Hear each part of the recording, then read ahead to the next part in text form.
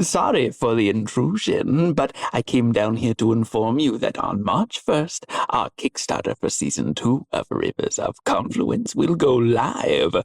Now, I know it's a long wait, but right now, there's a pre-campaign that you can find at the link in our bio. For more information, follow us on TikTok and Instagram at Rivers of Confluence, where we will be announcing the cast and reward tiers. Ooh.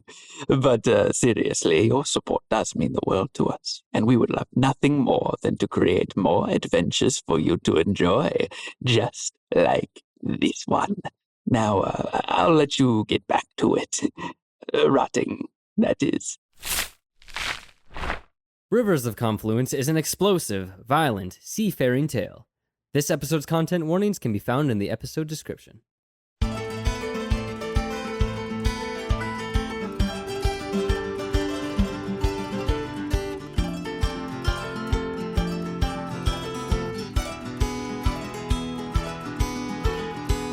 Hello, and welcome to Rivers of Confluence, a loose Dungeons & Dragons real play podcast about 5 lost souls, each trying to find their place in the world of E21. I'm Jay Keller, your Dungeon Master, and with me for this campaign I have... Hello. My name is Amanda Ranallo, and I play Myrna. Myrna is an artificer. Hold up. I really don't mean to do that. Myrna is an artificer who is a crafty small folk, and she's always dreaming up her next invention. A fun fact for Myrna today is her last fun fact made her start thinking about some different natural phenomenons that Myrna can recreate with science. And so here's a list of some natural phenomenons that Myrna can build/recreate. Birth. AI. Oh, God. Flowers? AI is a natural phenomenon? Yeah. Literature? Wind? Nature? And love? Wait, the natural phenomenon that she can recreate is just nature. I like Flowers and nature are Flowers separate. are different. And also love. Is AI in the world of Awenor just Awenor intelligence instead of artificial intelligence? Or is it still artificial? Yeah. Is it Or is it artificer? Artificer. Intelligence. If anybody needs an in-depth gear by gear analysis of exactly how to create any of those natural phenomenons, I got you. Yeah, for next week, I'd like you to come back with a gear by gear analysis of how to create love. I will. Just give me 4 hours. Okay. How to make love? Yeah, You can create it. Okay. It's going to be a lot of gears and oils, but we'll see. Oh, it'll be a lot of oils. All right. Oh, Lord. Hi, my name is Gabriel Montgomery. And I play Alistair Keep, a.k.a. the Gravekeeper. He is a seemingly morbid individual with his trusty shovel and his lantern on hand at all times. And a fun fact about Alistair for today is that he once had an extremely vivid dream about his own funeral. And it was so vivid that he woke up to being buried alive by himself because he was casting mold earth while he slept. Sleep. He's Sleep sleep burying. Not Gabriel. Alistair is his own sleep paralysis demon. Gabriel is Alistair's sleep paralysis demon. He's just Gabriel looking at him. That's canon. You took my fun fact for next week. Hi, friends. My name is Jeremy Cox. I play Orpheus Hornraven, the half-elf druid yearning for truth. He thinks. He's not sure anymore. Orpheus's fun fact isn't really that fun. Is it that his dad's dying? That's too soon. So, both me and Orpheus are still really hurting from that last episode. I hope Orpheus win. It's been 2 seconds. Yeah. I'm over it. So, that moment where your life just like flashes before your eyes when Yeah, it's you're happening dying? to Tristan right now. Yeah. Oh my God. It's also happening to Orpheus. And he kind of feels like his entire like moral compass is just about to like unravel completely. And now that he's also a god, it's like a rift might now be forming between Karnan and Orpheus in terms of like where he's feeling and like what direction he would need to go to reach like further alignment with Karnan, in terms of like powers, abilities, so on and so forth, etc. So it's just a massive like spiral in Orpheus Town, and we don't know what's going to come of him. Hello. My name is Max Volpert, and I play Captain Seraphina Driftthorn, a half-tiefling, half-sea elf barbarian with a bardic background and a fearsome pirate braving the seas. Sable's fun fact for the week is that, over the course of this adventure, she's gained some perspective. Maybe she softened up a little bit at finding her daughter. And you know what? She's coming around on goldfish. Dang. Wow. She's not sold. She doesn't love them, but maybe she was too harsh to judge.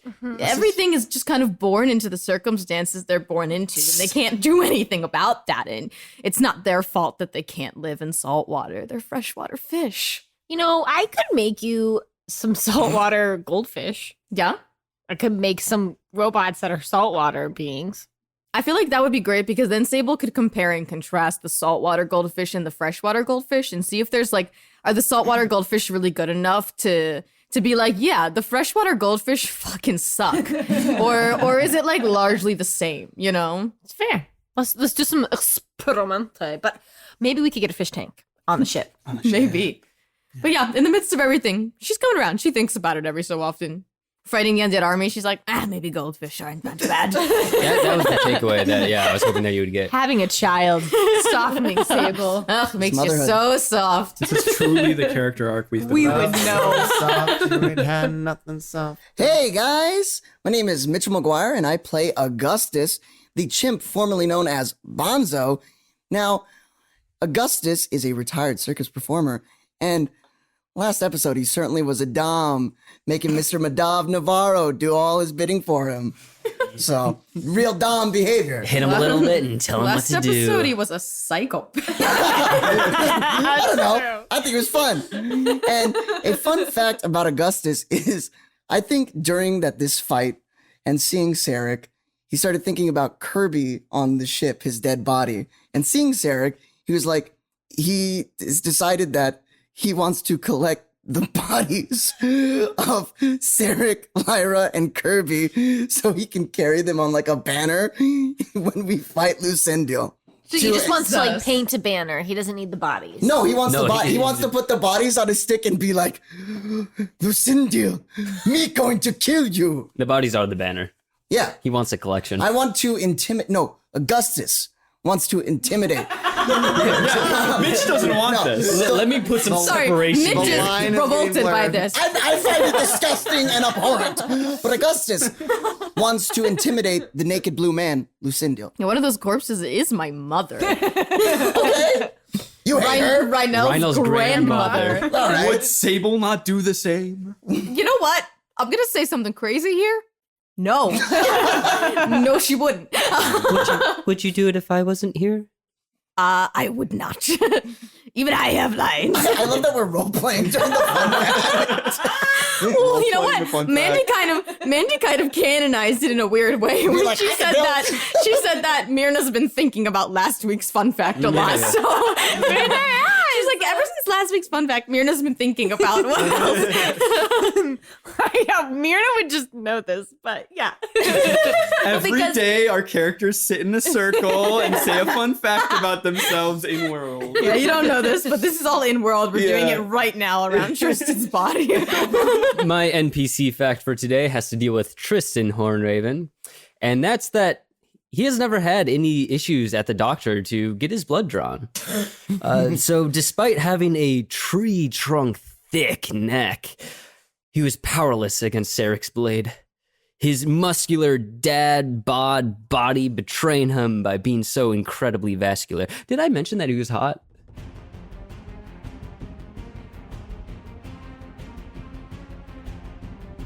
Last time you all fought Vorheim, the current host for Solera, and just when you were about to drive home the killing blow, you were interrupted by Sarek Hornraven. Emerging from the chaos, he delivered the final blow against Vorheim, stealing the power of Solera. A brief chase ensued in which you did catch him, only to have him slip away, slit Tristan's throat, and abscond into the night, disappearing with a smile. And so we start as Sarek disappears into a mist, and Tristan begins to crumble to the ground. You see as his neck turns red from blood as it spreads down his body, his face beginning to turn pale already from blood loss. He stares up at you all, and in the distance you can hear the fires of Windemere burning in the distance. Not only that, but you can hear hoofbeats approaching from the town gates. Orpheus is going to run past everyone, and he's going to cast Healing Word on his dad. Go ahead and roll your, I believe, 1d4 plus your wisdom. 8. You feel the magical energy leaving your lips, and you see a small glow begin to form around his neck, and you see as the bleeding slows and eventually stops, but there's still like a deep cut into his neck, but for now it seems like he's okay. He's no longer dying. And he looks at you, and he goes to open his mouth to say something, but all that comes out is just a... and he just grabs your hand and holds it tightly. I'm going to squeeze and hold him close. Don't worry, we won't let you die. I won't let you die. Just rest, don't say anything. Myrna's gonna walk up and touch his neck a little and cast 2nd level Cure Wounds, just so that in case he's got 8 HP, he doesn't get hit by something and croak. Okay, go ahead. I got a 21. Hell yeah. Nice. All right, so you touch his neck, and you cover the wound, and you also see a glow come from underneath your palms. And when I'm sorry, I didn't touch it gently. I definitely stuck my finger somewhere near there. Yeah. Just in the cut. Let me see. She doesn't have good bedside manner. The wound closes even more, and soon the only mark from the wound is just a faint pink kind of scar that goes across the width of his throat, which still is pretty wide. Can you talk now? I think so. Thank you. Alistair is gonna walk over as well. Is everything all right? Do we have any water? Alistair's gonna look at the other two behind him. Do we have any water? I got a water skin. Here you go, sir. I think Sable is frozen in place, death grip on Ranallo, just kind of staring and hyperventilating. You can see that Ranallo is currently looking over your shoulder, just witnessing the town in its chaotic state, and just how the glow from the fires and just the bodies strewn around of both undead and civilians and the garrison is just all over the place. But Tristan, as the water skin reaches his lips, drinks deeply in the water skin, and once it gets taken away, he goes, Thank you. Do you think the two of you can get him to be healed in any way? I don't know if the three of us will be of any help here. I trust you, Orpheus. I think and we Myrna's can all... gonna walk away. I think we can all use some healing, but I need to get him out of here. Of course. You do what you need to do. We can help the city. Orpheus just sheds a single tear, and then I'm going to cast Mass Cure Wounds. Myrna's as I gonna look at the party. back up to hopefully get in this mass cure wounds. I said I walked away, but I heard some funky spells and backing up. 25 for everybody. I'm gonna tap Orpheus on the shoulder. Go, thank you. And I'm gonna go and pour the undead potion into Mavav. I don't know how to say his Madav. Madav Navarro's mouth. you pour it into his mouth, and it just kind of pools up into his mouth and starts spilling out the side. I'll probably keep it in there. Can I make him swallow? Come on. You like close his mouth to try to make him swallow, but he's dead. So it just starts to like trickle down his esophagus. Alistair is going to place his arm on Orpheus's shoulder. Thank you. Now you do what you must. We can handle the rest. And he's going to turn back to everyone else. He's going to see Myrna hovering over Madame Navarro's body. All right, we don't have time to just stand around. The city needs our help. Yes. The battle should be over. We need to search and make sure civilians okay. All right, how do we want to do this then? Are we going to split up and take different sections of the city? Sable, Yes, what? you are the captain. What are we going to do? Alistair. And you look at Ranallo as she's pointing back at you, and you realize that she's like pointing towards your side, and you look down at your lantern, and it's even dimmer now. Seems like the energy that you spent in this last battle has practically drained it to the point where it's almost embers now, only emitting a soft glow.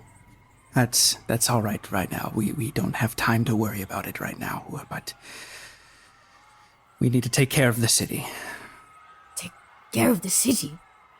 There's 4 of us.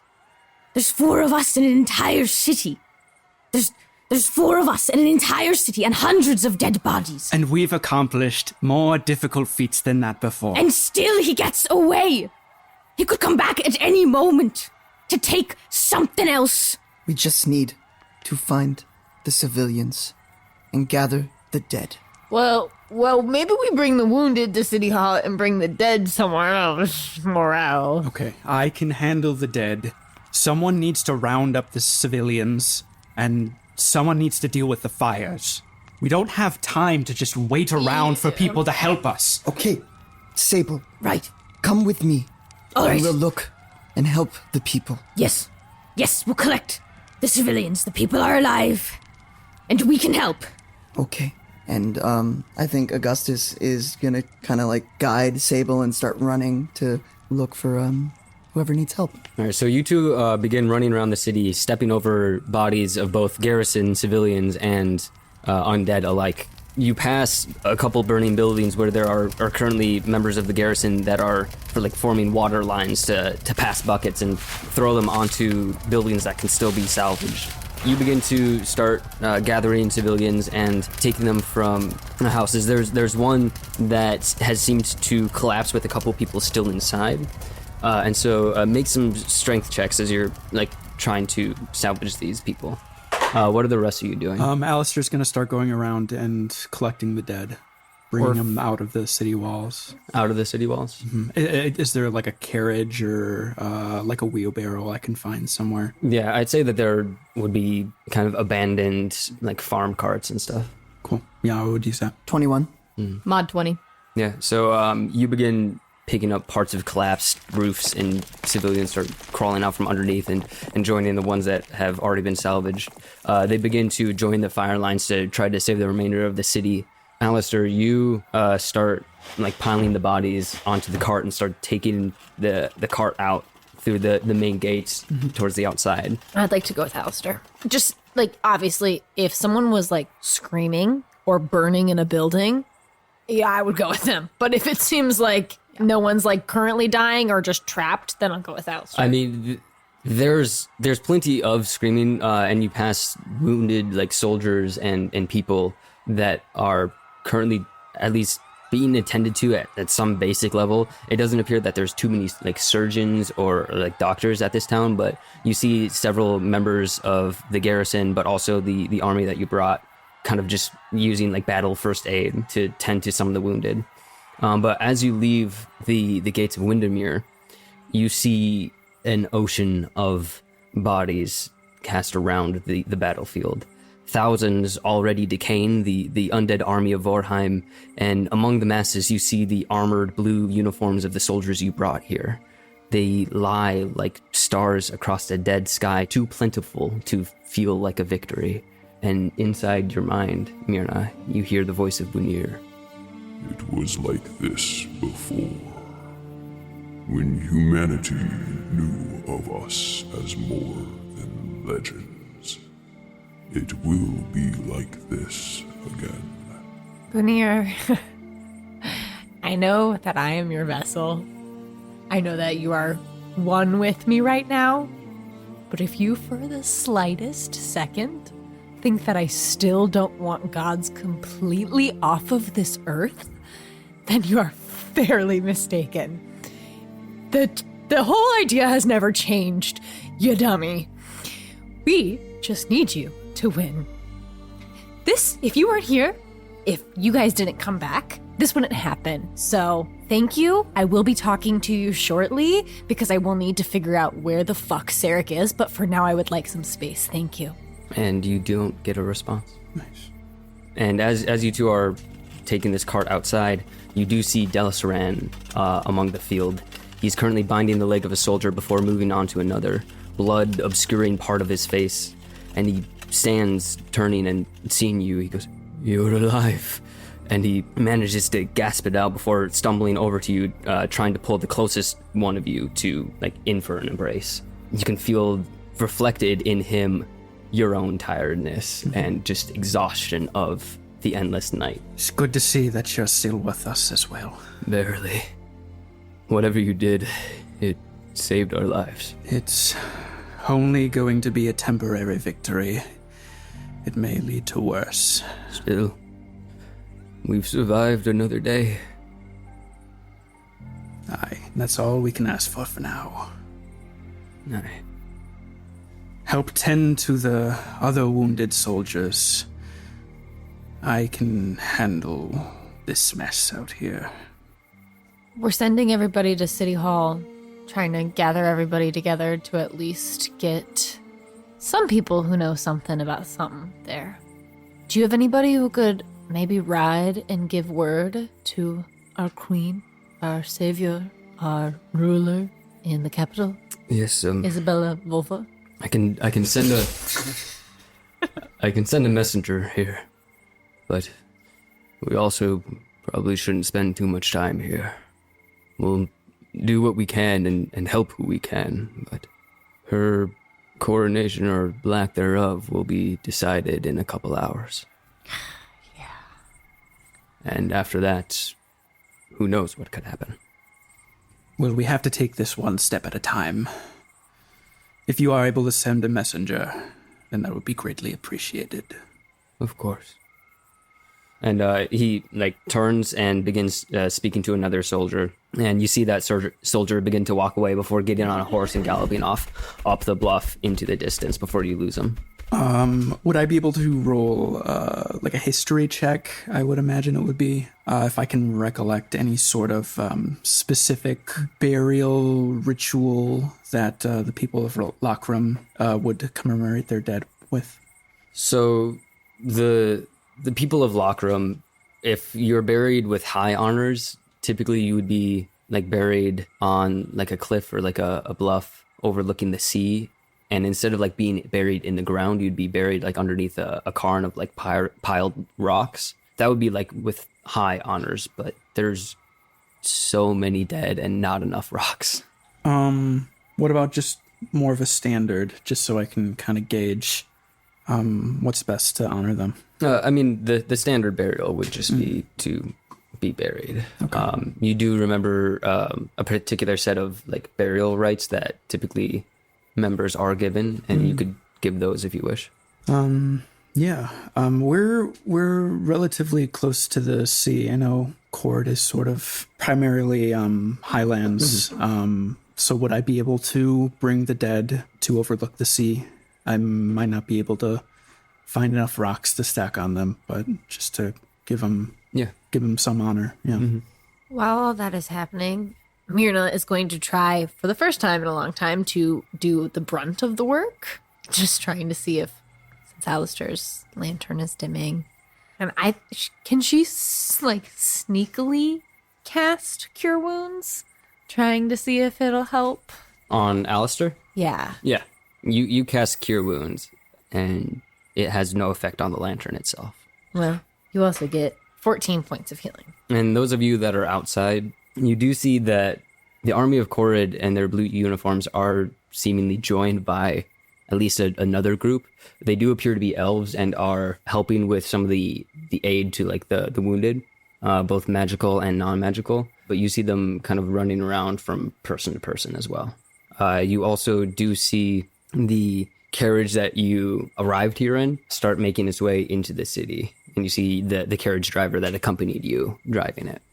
Maybe we should go around everyone. I know it'll be hard to pull Orpheus away, but there's so much happening in such little time. We can maybe try to get everyone together, Alistair. All right. If you'd like to do that while I continue with the bodies. I'll bring them. I'll bring the crew here. Would I be able to roll an insight to see if I noticed her trying to cure me? Yeah. Did you? I rolled an 8. I rolled a 10. So you do notice. Yeah. Myrna, you really don't need to worry about me. I will be fine. But it is appreciated. Myrna's disassociating so hard. Alistair, you were supposed to take that god because then you wouldn't die. So you're supposed to take that. So we'll have to just defeat another god so that you can do this so that you can stay longer. Myrna, and that's the only way I can think to make this Myrna, better. Even if I had the choice, I wouldn't have done that. I know that I must have limited time with you now. But I need you to know that I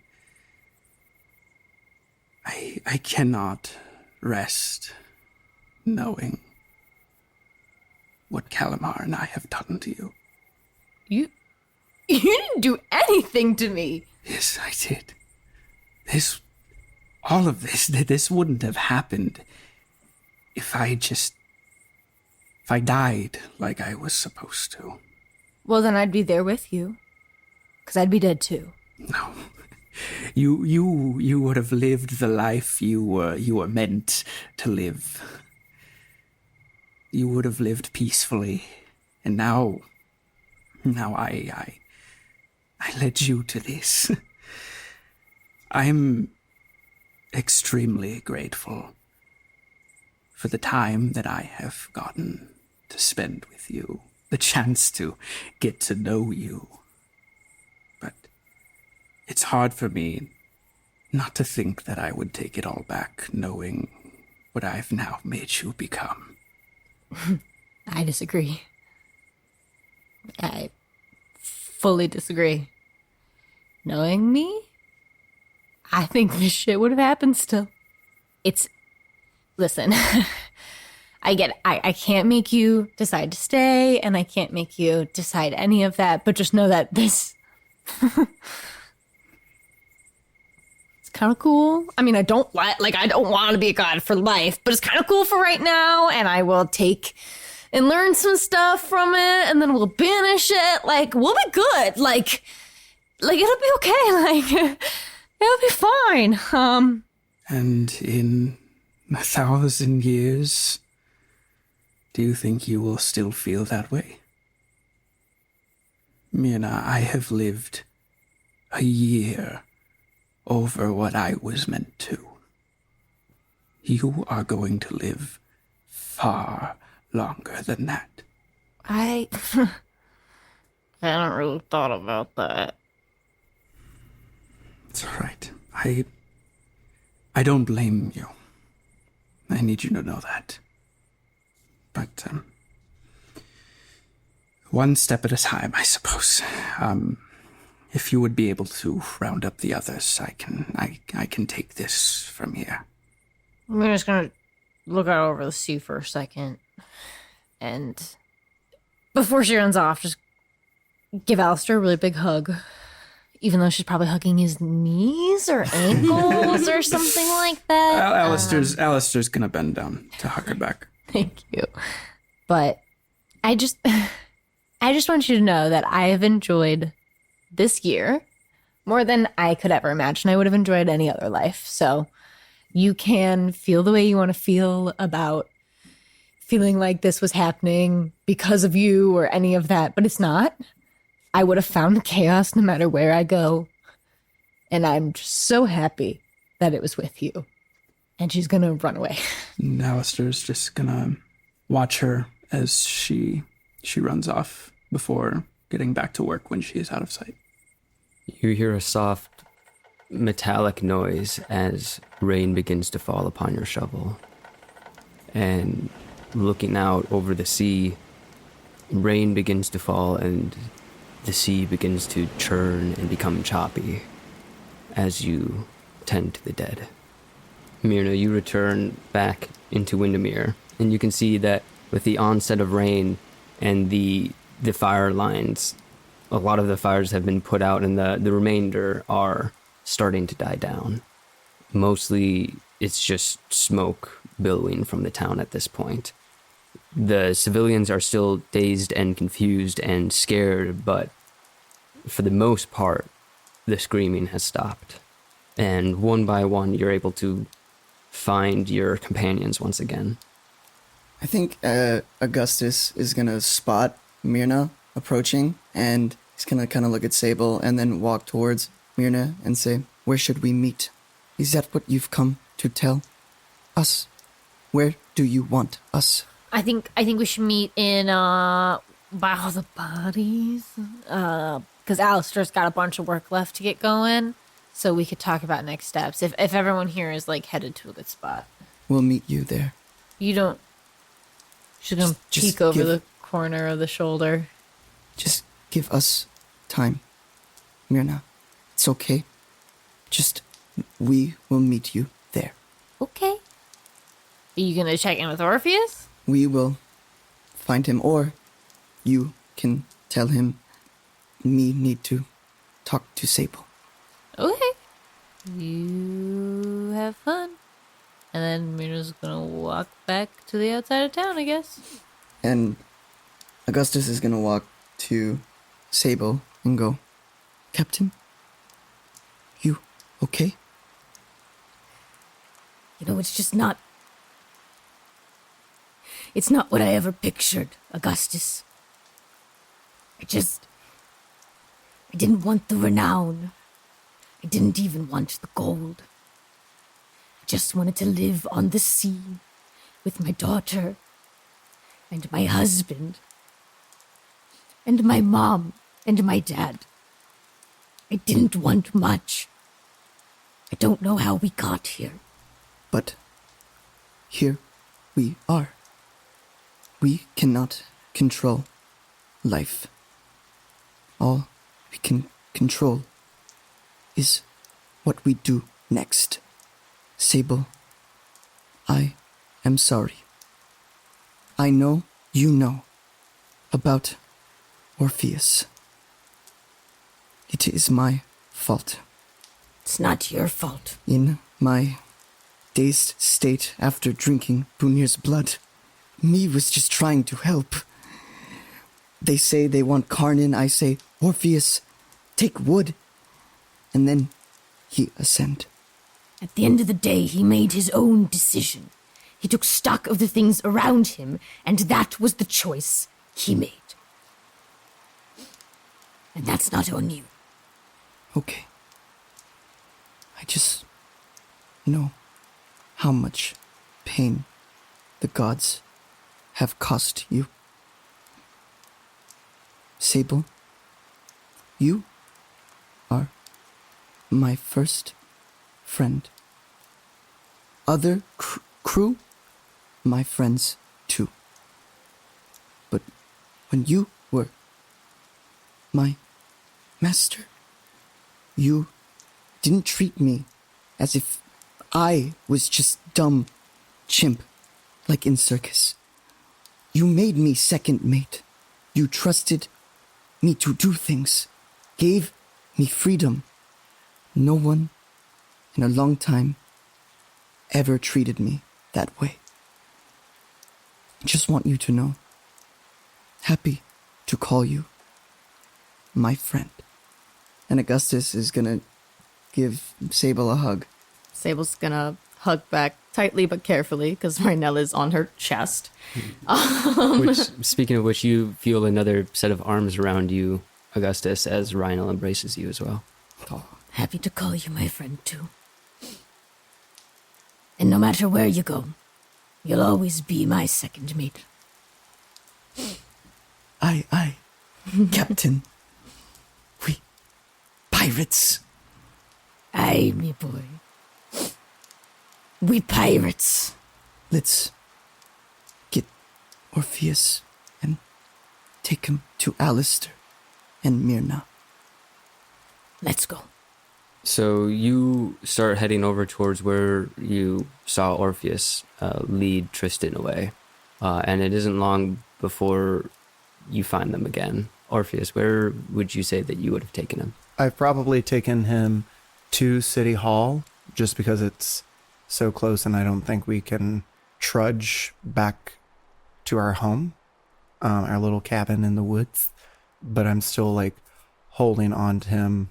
There's probably like some cots or whatever, I'd imagine, ish in City Hall at this point.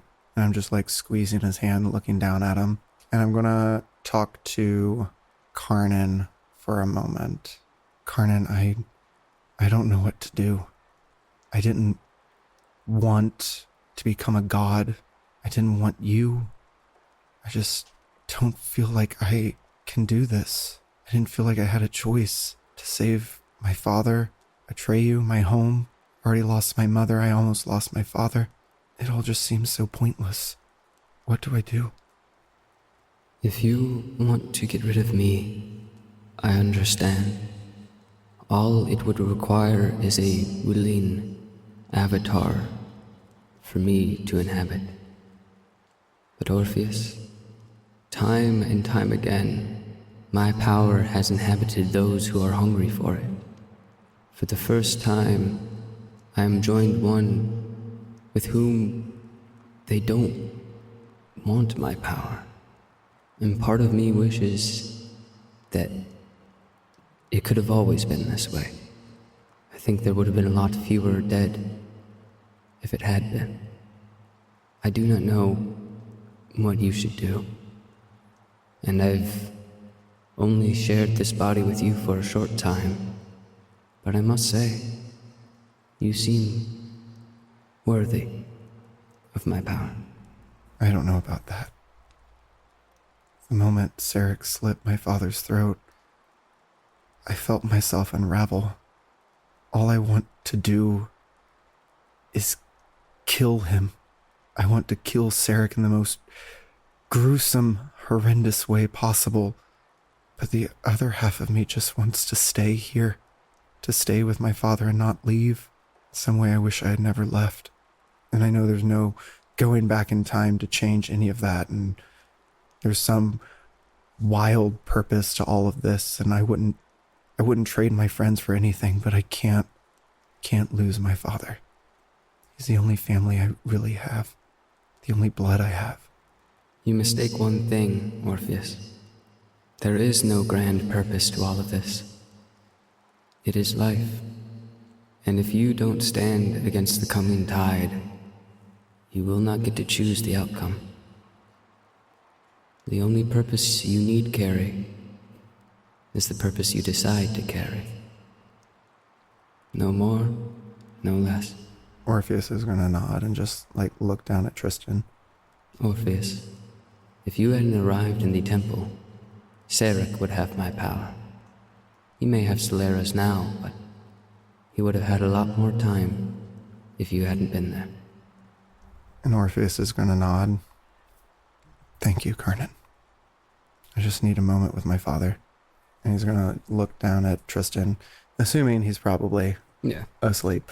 I mean, he's currently got like bandages like around his neck. He's not asleep yet, and you've had to like kind of push him down a couple of times because he's tried to attend to the wounded around him and tried to take charge again. But each time, I assume that you've kind of pushed him back down onto the cot.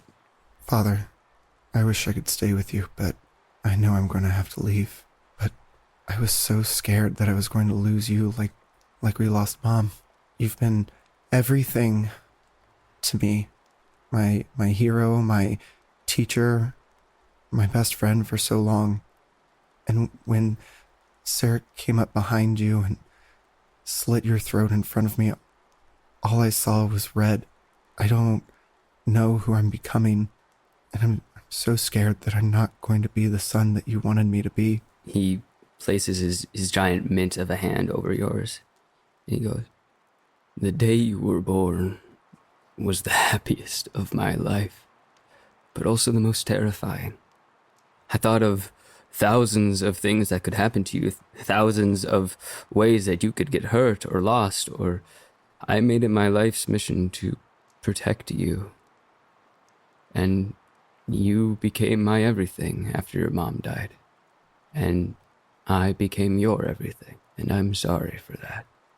Orpheus, you deserve far more than this remote little town. The world isn't big enough for my little Orpheus. I know you need to leave, not because of what you need to do, because you deserve to see the world, to meet all the people in it, and have a family as big as countries. I'll be right where you left me when you get back. And as for Sarek, I did what I could for his father. I wish 100 different ways that things could have been differently. But you can't change someone just because you want them to change. I will not blame you for what you have to do, no matter what it is. But I pray that you won't let that same darkness cover your heart." Orpheus is going to begin to sob. He begins to cry with you. He places his hand on the back of your neck to pull you in for an embrace. And I hug him back tightly. And I'd say at this point, Augustus and Sable make their way into City Hall. Father, there's one more thing that I should tell you before I'm sure I have to go. And he's going to kind of pull away, and he's not going to see Augustus and Sable behind him, but he is going to kind of look around the room. Can I roll a perception check to also see if maybe Atreyu is in this room? Yeah. 21. Yeah, you do see Atreyu. He is currently with his family, kind of looking a bit shell-shocked and traumatized. Atreyu. Orpheus, are you ready to go? Orpheus snaps around and says, "Yeah, give me one more minute," as I look back over where Atreyu is. Yeah, and so you see Atreyu kind of sitting with his family, and you see as his head turns and kind of looks around the room, surveying it and taking it in, and you see as his gaze drifts over and lands on you and looks you in the eyes before moving on, seeming not to recognize you. I blush and then turn cold in an instant. He doesn't even recognize me anymore. You're not the same man that left, but that's not your fault. And I'm going to stand up and I'm going to be bold. Atreyu. His attention snaps over towards you, and his eyes furrow. He's like, yes? Yeah? Do you not recognize me? His eyes narrow for a moment, and then widen and goes, Orpheus? You're back. What are you doing here? I came to save our home. The one you apparently are turning your back on for the Empire. The Empire protects Orpheus. Then explain to me why my cousin, a soldier of the Empire itself, just tried to kill my father in cold blood in front of my very eyes. He seems surprised by that, and he kind of stammers out as he tries to figure out a reply. Sounds like you should be asking him. Sounds like it's a family matter. Orpheus is going to give a quiet little chuckle. You're not the same man that I fell in love with before I left. You were the one that left. I asked you not to. You could have stayed. You were the one that left. I don't know what you're trying to do here, but Windemere was better when you were gone. Orpheus is going to stare daggers into Atreyu like he's never stared daggers into someone before. It may not have been the smartest choice to leave Windemere the way that I left, but you will never deny the betrayal that I felt.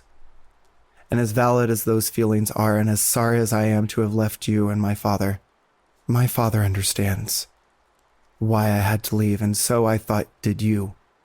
And as I've traveled with new friends and grown, I've seen the chaos and destruction that the Empire has left all across Awenor, and the destruction that they plan further ahead.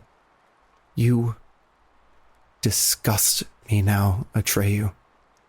I have worried day and night, time and time again over your safety and well-being as well as my father's. When I heard Windemere was under attack, I wanted to race here instantly and did so that I could save you both. To come back and hear that you side with the Empire, and like at this point, I'm sure Orpheus is aware that he's being stared at. Seen, yeah. And he's gonna like look at everyone. The Empire will do everything in its power to destroy our home of Windemere. Windemere, as little and tiny as it may be, the one thing I have never questioned is our heart. We will not succumb to the Empire. We deserve better. And as long as I carry Karnan in my blood, I will see to it that the Empire's darkness does not succeed. And as he says this, he stares right back into Atreyu's eyes. A little girl holding a doll comes up to you that's kind of like woven by twigs and hands it to you before scurrying away. And you hear an elderly man kind of sitting next to the wall mutter under his breath and go, "Blessings of Karnan." Orpheus is going to look at this doll and then look at the man and like smile. I'm going to speak to Karnan real quick. Can we give them some hope? Roll a nature check. That was a nat 20. Whoa, all right. Hell yeah. So much hope is here. Bro, Treyu's in love with you again. It's not reciprocated. Yeah, fuck you. Can't be back. So she doesn't respond in your head, but from the kind of like burnt out windows, you see as it feels like sunlight is coming in once again, and the inside of this kind of dilapidated building begins to be overflown with green. You see as like the wood begins to like come alive again. Flowers and wreaths get blossomed along the beams of the building. You see as flowers and grass begin to grow from the floorboards. You see as it begins to shower down with pollen like it was in the elven village. And in this radiant yellow like summer light, you see as people begin looking around in wonder and in fascination that miracles maybe do happen. Orpheus, it's time to go. Are you coming? Yes. I'm going to nod, look around the room one last time at my home, grab Tristan's hand, look at him. I'm proud to have you as my father. I love you. And I squeeze, let go, and walk out. Outside of City Hall, it is a lot dimmer. Rain has began to fall in like torrential rainfall now. And off in the distance, you can hear a little bit of thundering. And even at this elevation away from the sea, you can hear the waves crashing into the bluffs far below. You're currently with Sable and Augustus. What's next? We meet Alistair and Myrna by cliffs, and then we head back to Denestrana, we think, and then we find out next step. Sounds good. And so you all begin making your way out of the city, and it isn't long before you find Myrna and Alistair over by the bluffs, and I believe Alistair is still tending to the dead, making graves for each one. I'm going to walk up to the nearest elf that I see to check in. You don't recognize them from before, but you do recognize them as part of the village. How are we doing? We lost Abiara, but we survived the night. I'm sorry. It's my fault, but thank you. We'll make this right. I believe you already have. And they look at what remains of the town. I know that she was hesitant, but you were right to come to us. And thank you for helping her see that. And she begins to start helping another elf and like takes them under the arm and begins like leading them towards the city. Can I look and see if I can find what would soon be, the body of Madav Navarro? I'd say for simplicity's sake that Madav is one of the ones that Alistair picked up and is currently at the Bluffs. I'd say Madav and Crouch are both there. Maggie's is a little bit too big to take by themselves. But I'd say if I haven't buried them yet, or if I have buried them already, that those are the crew of the Dustbreaker specifically are going to be right at the edge of the cliff, and whatever rocks I could find, those are going to be stacked for them specifically. I'm going to give Ranallo to Augustus. Can you watch over her for a minute? Of course, we can take care of baby Ranallo. Like you're holding her like she's a baby. He's got his arms like she's like a 2-pound, 8-pound baby. She's 6. Can I just stand? I'll hold your hand. Okay, sure. You know what? Why don't we practice backflips over here? Okay. Yeah. I'm going to go over to the grave of Madav Navarro and sort of lean down, kneel down next to it to speak to it. You warned me. All the way back when. You told me that we had to take a stand against the Empire. That we had to do it together, and that the time was now. And I couldn't see the larger picture. I couldn't see how what I needed, and what you needed, and what everyone needed, was all wrapped up in the same evil. And I'm sorry. And I wonder if things maybe could have been different. If I could have just listened. But it's too late for that now. So what I can say is that I will protect Evie for the rest of my life. She will always have a home on me ship. She will always have a family on me ship. Not as good as the one she was meant to have. But I'll do my best. And Sable's going to look around to see if she can find another, even just fragment of a rock, and place it on the grave. And sort of look back at Rhinell and Augustus learning to do backflips. She just lands flat on her back. Oh, you have wings. This should be easier. Sorry, we get carried away. You'll get there. And she's gonna, smile to herself a little bit and just acknowledge that all things considered at this moment, she's still pretty lucky. And walk back over to her daughter and her best friend. This whole time, Myrna is getting to work. I want to start interrogating Bunir I have a couple demands. I need to know how to fucking scry. I need to make something that can show me where the fuck he is. I would like to make a TV. I want to shoot a satellite into the fucking orbit of the Earth, of the realm of Avenor. And I want to make a TV to watch him and his every other move. Or I can make a crystal ball. I can make anything. And then I also want him to tell me how to get rid of them. Self-destruct button. So the first one, since Bunir has created forms of scrying before, images and blueprints pop into your mind. That comes quickly. It will take some time to create, but if you remember, you do have about a day's travel back to Denistrana. Then I would also be gathering, the materials while we're talking and that sort of thing. Getting ready to build that. The second one, how to get rid of the gods. You hear the response come to you. Get rid of a god. You can kill them, but you're not talking about others, are you? It's not just you, it's everybody. It's that I don't want this cycle to keep happening. It's not that I hate you specifically.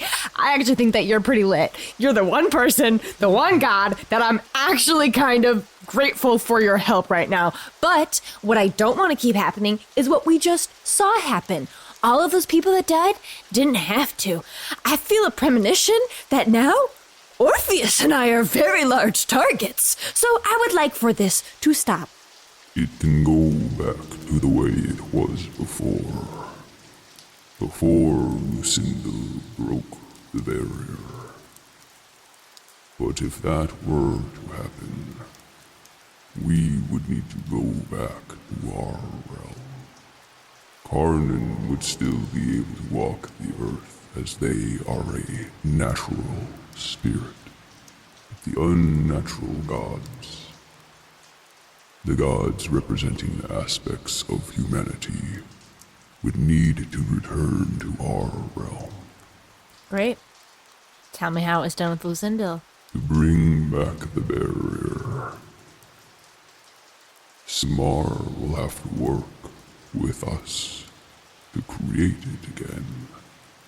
And for that to happen, we need Samar to walk the world again. We must bring back the day. Of course. Well, good thing is I think some members of this crew are going to want to do that first anyway, so perfect timing. Okay, thanks, Boonier. Bye. Well, we have to go back to the damned. The first logical thing I've heard in a while. While everyone's talking, Alistair is still tending to bodies, but he is listening. Myrna's right. We have to get back to the damned. Get back to the rest of the crew, and put a stop to this for good. We all know the consequences if we let Sarek roam around with the power that he has now. Agreed. We can follow them, and I'm certain that at some point soon, they'll be coming right to us. Because we know what they need, and we've got both parts of it. So it's better we make it to our crew before they realize they don't have it. Where is it that you sent them off to again, Augustus? To Voldi. Back to the vaults. That's where I told her the blueprints were. And we know one thing that we don't have is the artifact of Vamor. So for all we know, she might have it. Do we even know if Vamor is still... Did he die? Last time we saw him, he was alive and kicking and Canvatouche. So, hopefully... That's the truth, isn't it? Hopefully he's doing alive, at least. I'd prefer that, douche. Yeah, you picked your poison, eh? All I'm saying is we have to be cautious. They don't know what we have, but we don't know what they have. I get a feeling that there won't be many more stands to make after this one. I fear you're right. And no matter what, now Orpheus and I have a big target on our backs. But she's going to look right at Sable. I think I have some knowledge that you'll like.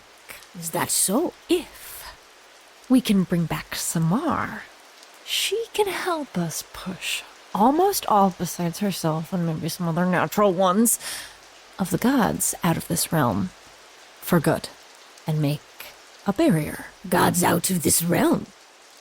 Well, Myrna, that's the second logical thing I've heard all day. I'm sorry, but why do you and Orpheus have a target on your back? Oh, you didn't all have a heart-to-heart about Orpheus's big decision? What did he Orpheus, decide? I'm sorry. What did you do?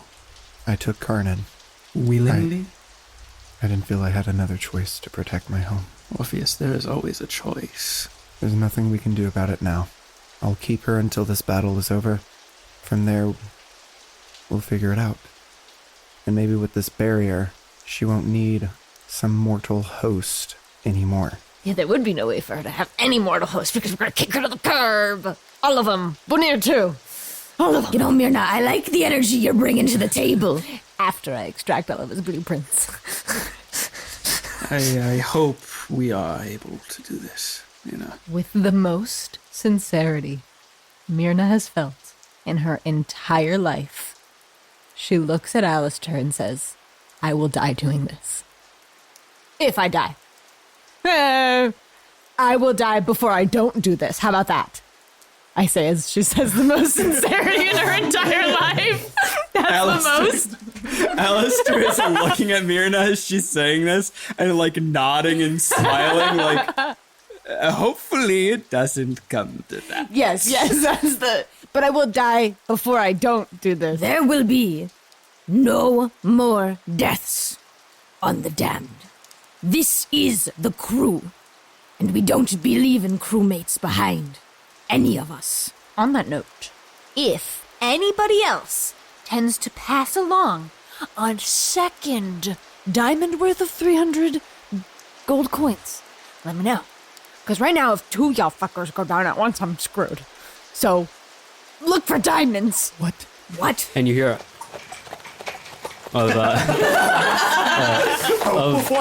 an approaching carriage, and you see on top of a carriage, you see your driver sitting next to Delsaran, and Delsaran calls out to you, goes, "All right, I believe Windemere is as good as it's gonna be for a while.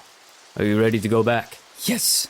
Is it okay if, like, before we had, like, left in the town, I had talked to the carriage guy and said, "Bring that vampire's body." That one? Yeah.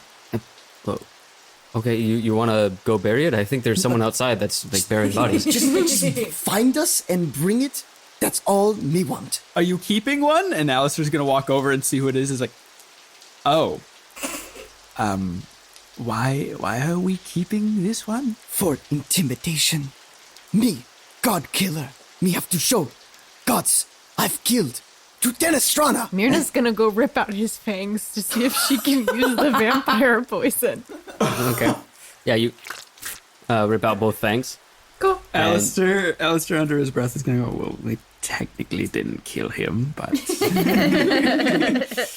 All right, I think it's time that we head back to the ship. And I'm gonna turn to Delsaran and be like, And there better be a freshly painted name on the side of it, just like it looked before. You have my word. Right, and with a slight jerk of the carriage, you begin moving forward. And unless there's anything else you'd like to do, you may take a long rest. Do I have to take a long rest if... Can I build and rest? That feels very Myrna. No, you have to go to sleep. How long will it take to build this device? Like, an hour? I'd say probably 3. It's half a day's drive. Yeah. You know? Yeah, so you can long rest and build your item. Yeah, But, we're DM down. you'll finish like as you arrive. Cool. Can we also say all of us get really shitty sleep because Myrna's keeping all of us up in the carriage? Myrna, fuck. The sound of like welding. Try to help us, but God. Could you imagine she's welding right next to you? For 3 hours straight. And so yeah, save Myrna unless you're saving it for when you wake up. No, she won't get started right away. You all fall Sorry. asleep. And several hours later, Myrna, you let the carriage rock you to sleep as well. Alistair. You emerge into a familiar plain. A gray grassland under a large tree atop a hill. You notice that your skin has returned to how it was before you died. You feel the wind on your skin again, and although the sky is overcast, you feel the loving embrace of the sun come over you. Feel a hand brush your shoulder, wrapping around as Calamar walks around you into view.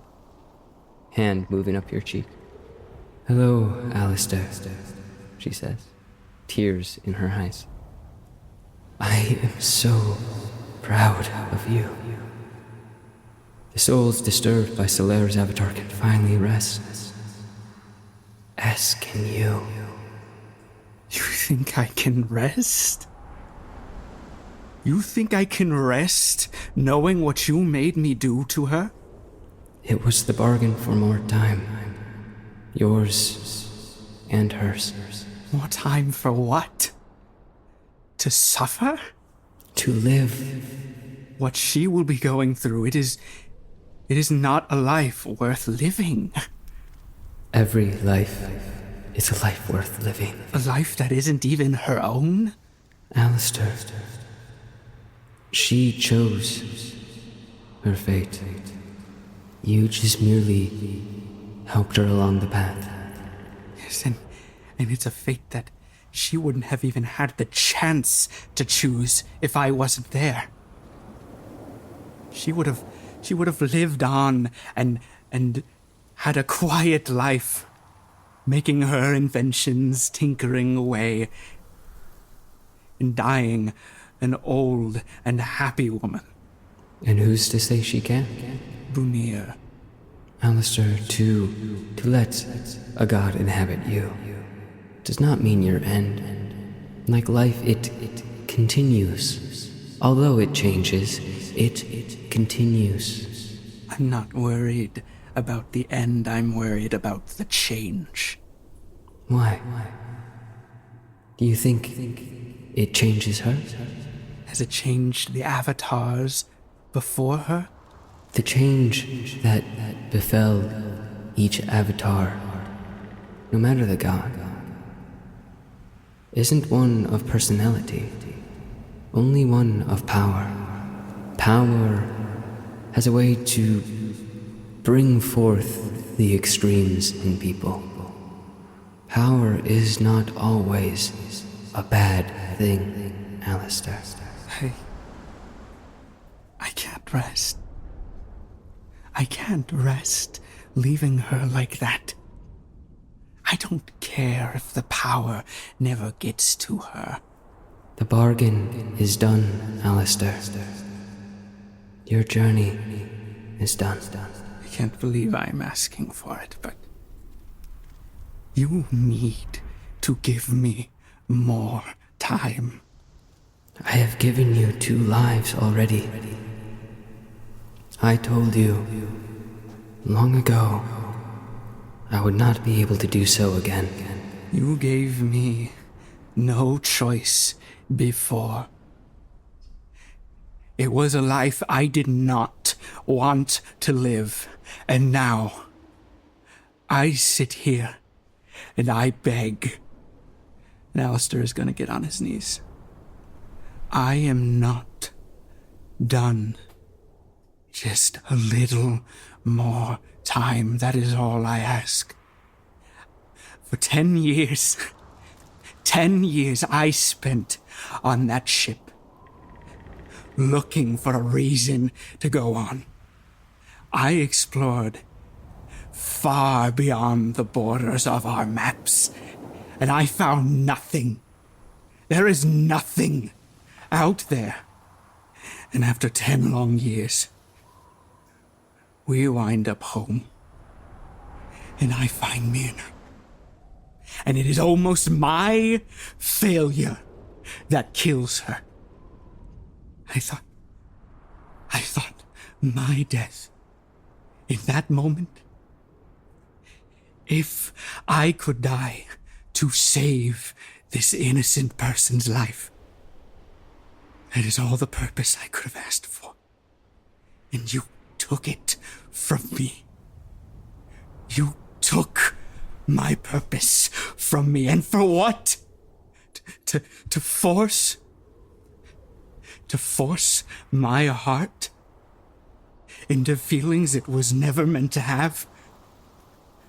To watch as I lead my friend to a fate worse than my own? No, I cannot rest. And whether you give me this life or not, I will have it. All that I can give you, Alistair, is a curse. One that I am only too familiar with. I saved you. I brought back your friends. Why? Because in that hall, I saw those that did not get to live their lives the way they might have. And I wanted each one of you to get another chance to truly live. I am sorry that I have cursed you with extended life, but curses are all I have left to give. When this is done, will she be able to rest? I do not know. Will I have the chance to allow her the option of rest? Her fate now is not in your hands. The contract is completed. But will she have a choice? She always had a choice. As do you. I would like to see this through with her to the end. In doing so, you will never see me again. And it is I who will finally be able to rest. I've already extended my life long enough. You may do what you must. I know your feelings towards me, Alistair. But I can think of none other that I would want the dead to live out their final moments with. And Alistair's gonna laugh at that. He's gonna look in her eyes. And I know I will never do to anyone what you did to me. Good luck, Alistair. Good luck, Calamar.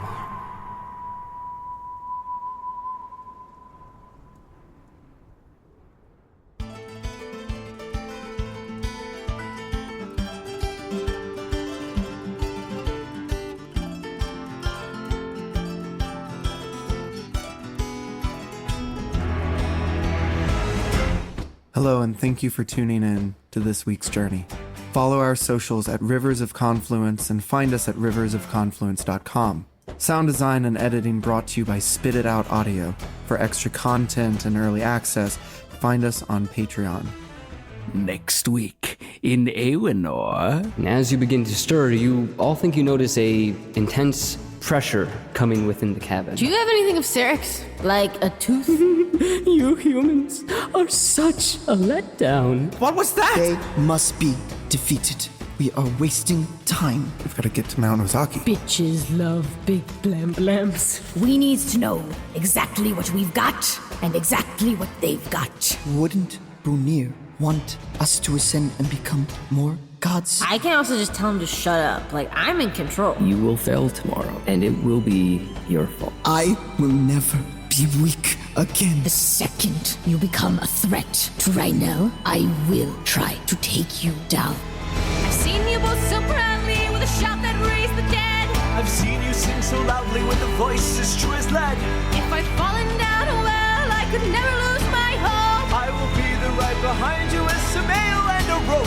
I've seen you do the impossible. You've escaped the jaws of death. I've seen you lose your greatest love and smile as you wept.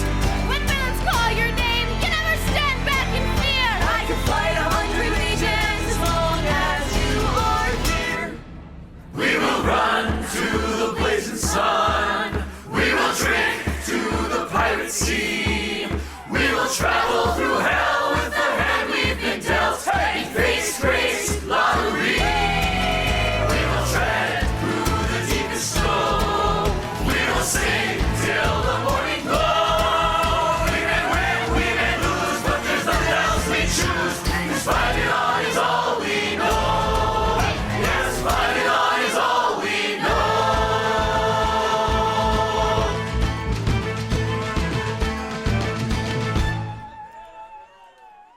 Is that I will protect Evie for the rest of my life. And Sable falls. And then in the background, the dam explodes. And Evie's dead. No!